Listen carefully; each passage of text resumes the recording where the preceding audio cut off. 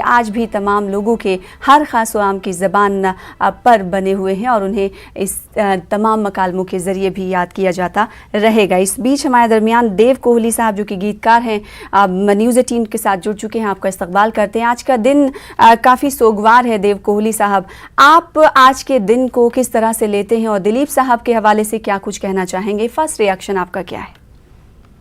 बस दिलीप साहब के बारे में कोई अल्फाज ही नहीं है, क्या कहा जाए। वो इतनी अजीम हस्ती थे कि वहां तक पहुंच ही नहीं जाती अल्फाजों की। इसलिए मैं यही कहूँगा कि एक एक एक बेबा शख्स आया था और आज वो चला गया। बस कोई कुछ नहीं कहा जा सकता उनके बारे में, किस तरह का होगा और कितने लोग उनसे मुतासिर हुए, कितने लोग हीरो बन गए, कितने लोगों ने उनको देख देख के पता नहीं क्या क्या सीखा। हर तरह से एक उर्दू शायरी के मामले में कहा जाए या अफसाना निगारी के बारे में कहा जाए या किसी चीज के बारे में कहा जाए, वो अव्वल से हमेशा बढ़ चढ़ के बात करते थे।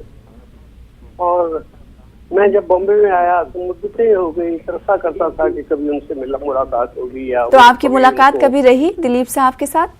जी जी, मैं लास्ट की फिल्म किला एक फिल्म भी थी, वो फिल्म मैंने उनकी की थी जी। बस वही आखिरी और पहली मुलाकातें थी। आखिरी और पहली मुलाकात में कौन से ऐसे पल थे, कौन सी ऐसी चीजें हैं जिसे आप संजो कर हमेशा के लिए रखना चाहते हैं? बस यही था कि एक तमन्ना थी उनसे मिलने की, वो कुदरत से पूरी कर दी। और फिर उनके करीब जाकर के लगा कि जिस तरह सुना करते थे या जिस तरह इनके बारे में उनके मुतालिक हमारे विचार थे, तो सब बदल दिए उन्होंने। एक निहायत सीधा सादा इंसान, फरिश्तों की तरह आवाज और फरिश्तों की तरह उसकी उनकी गुफ्तगू। बस शेर सुनाया करते थे और कहते थे कोई शेर सुनाओ। बस इतना ही तो यहाँ तक मौजूद रहा हमारा मुलाकात। रिकॉर्डिंग पे आए थे, हमारी किला की रिकॉर्डिंग पे जी। तो बस उस दिन सारा दिन के साथ तय कर यूँ लगा कि आज गोया कि जन्नत में ही चले गए हैं, वहीं रह रहे हैं। इस तरह के लोग गुजरे हैं, बेपनाह लोग गुजरे हैं, पर एक आज और एक बेपनाह आज में चला गया। बिल्कुल, एक अजब सी बेकरारी है। जाहिर सी बात है वो लोग जिन्होंने उनसे मुलाकात की है और एक ही मुलाकात में उनके गिरदाई बन गए, तो उनके लिए भी भूल पाना बहुत मुश्किल हो जाता है, जिसमें से आप भी एक हैं। आपने कहा कि जैसा उनके बारे में कहा जाता था वैसा ही आपने पाया। जाहिर सी बात है जब इतना लीजेंड एक्टर हो, इतना मशहूर मारूफ एक्टर हो, तो उसके बारे में हज़ार चीज़ें फेमस रहती हैं और कई ऐसी बातें भी होती हैं जो उसकी असली ज़िंदगी से उनका बिल्कुल भी नाता नहीं होता। लेकिन जब आपने उनको देखा और आपसे उनकी मुलाकात हुई तो आपने वो तमाम चीज़ों को पाया उनके अंदर, या फिर आपको लगा नहीं मैं जो सोचता था उससे बढ़कर हैं कहीं पर दिलीप साहब?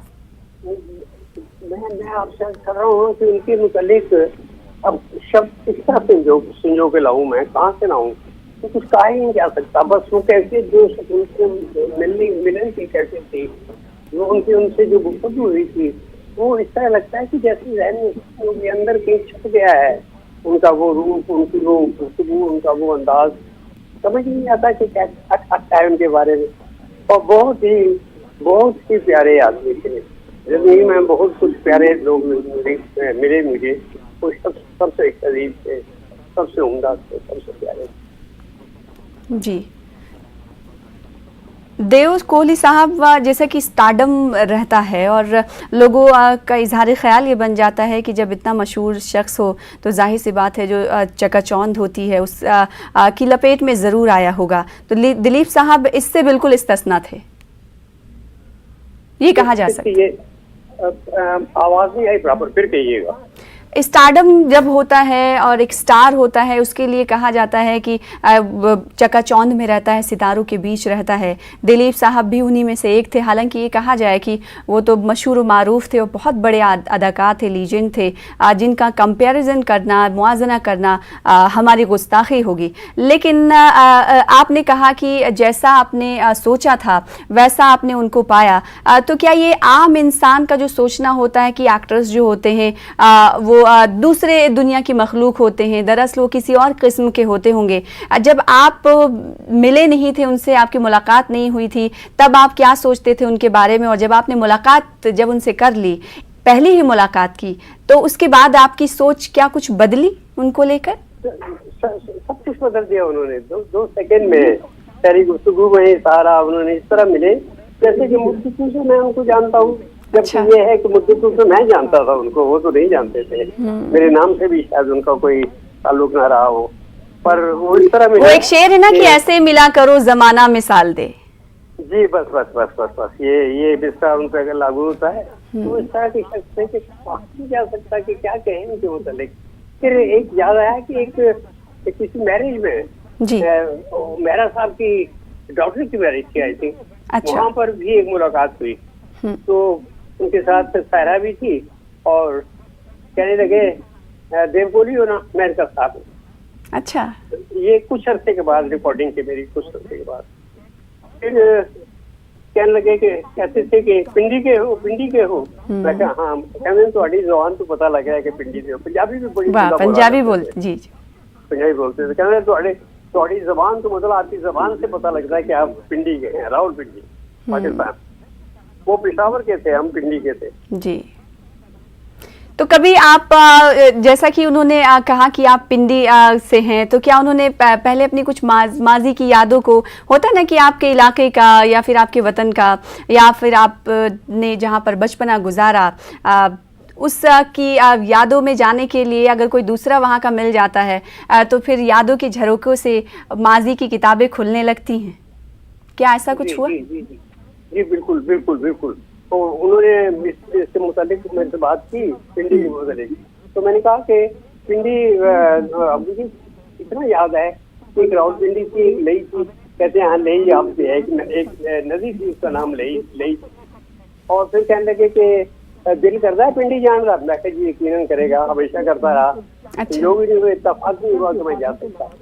और कहते हैं मैं पेशावर हो गया। मैंने कहा मुझे सब मालूम है आपके मुतालिक, आप पेशावर कब गए, कब वहाँ से आपको नवाजा गया और उससे बहुत बड़े किताब थे और गवर्नमेंट, पाकिस्तान गवर्नमेंट ने आपकी बहुत इज्जत अफजाई की। मैंने कहा वो क्या करते हैं, आपका हुनर था, आपकी लियाकत और आपका ये जुलूस था कि उसको सलाम करना पड़ता है। सब लोगों ने किया और आज भी करते हैं। अभी चले गए हैं तो कोई फर्क नहीं पड़ता। ये लोग कभी नहीं जाते, यादों में, माजी के यादों में रहते हैं, ख्यालों में रहते हैं, अल्फाजों में रहते हैं कि जहाँ भी कोई जिक्र होगा किसी फिल्म लाइन का या फिल्म लाइन से परे भी कोई जिक्र होगा तो गरीब साहब का नाम दिया जाएगा। कहेंगे कि क्या हीरा था। और वाकई यूसुफ थे, एक यूसुफ हुए, एक वली हुए यूसुफ करके, और ये वाकई भी वही यूसुफ, इन्होंने चिरताज किया उसका कैरेक्टर को, नाम को चिरताज कर गए। जी। देव कोहली साहब, जैसा कि आप नगमा निगार हैं और एक अदाकार है, जाहिर सी बात है अगर नगमे नहीं होंगे तो अदाकार की जो पहचान होती है उसमें चार चांद नहीं लगते हैं। दिलीप कुमार और आपके दरमियान नगमा निगार और अदाकार का रिश्ता रहा है। आपने एक फ़िल्म सिला की, जैसा कि कुछ देर पहले आपने कहा, तो जो आपके नगमे थे उस हवाले से कुछ इजहार ख्याल दिलीप कुमार साहब ने किया था उस वक्त, जो आप हमसे शेयर करना चाहें? हाँ जी, एक गीत था जो उन पर अपना शायद किया गया। उस गीत के मुखड़े के मुतालिक उन्होंने काफी बात करते रहे। हम लोग सेट पे थे, वो तो पिछला ही रोज था गाना, मैं सेट पे गया था और कह लगे कि ये मुखड़ा कैसे आपके जहन में आया। अच्छा। मैंने कहा कि कह नहीं सकता साहब, आमद की तरह था, कि आमद हुई होगी और मुखड़ा हो गया। वो मुखड़ा यहाँ पेश करना चाहेंगे देव कोहली साहब?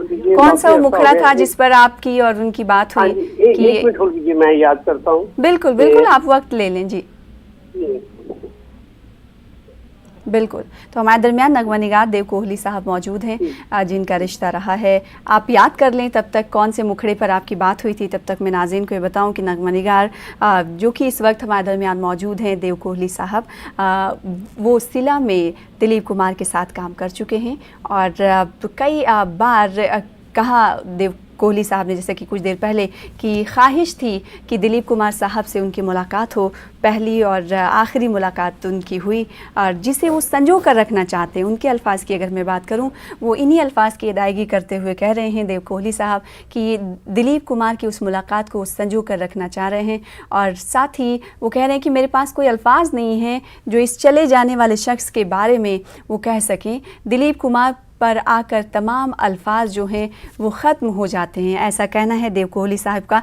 देव कोहली साहब, आपके पास फिर मैं लौटती हूँ, अगर आपको वो मुखड़ा याद आया हो तो ज़रूर हमसे शेयर करें। आपसे नहीं याद आ रहा, कोई बात नहीं, कोई बात नहीं। तो उस वक्त जो बात हुई तो उस वक्त आपने क्या कहा कि ये मुखड़ा, उन्होंने कहा कि ये पसंद, अपनी पसंदीदगी का इजहार किया क्या उन्होंने उस मुखड़े को लेकर?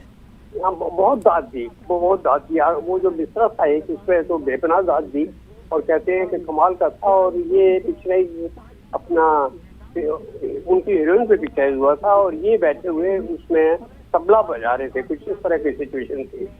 और वो इतना मतलब खिल गया मुखड़ा और इतना मतलब सब कुछ गाना रिकॉर्डिंग के दरमियान सबने दाद दी। बहुत दाद दी आपकी दिलीप कुमार साहब ने, जिसके बाद जाहिर सी बात है आपको खुशी।